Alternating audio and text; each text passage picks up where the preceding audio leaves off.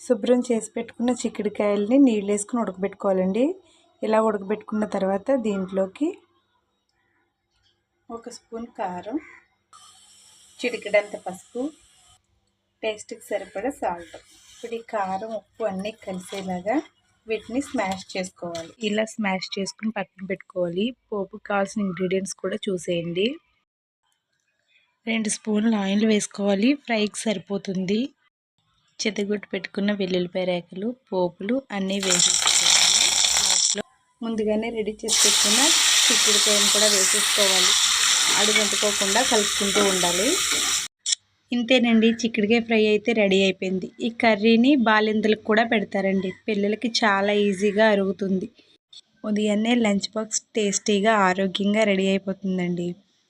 ఈ రెసిపీ మీకు నచ్చినట్లయితే సబ్స్క్రైబ్ చేసుకుని లైక్ చేయండి, షేర్ చేయండి.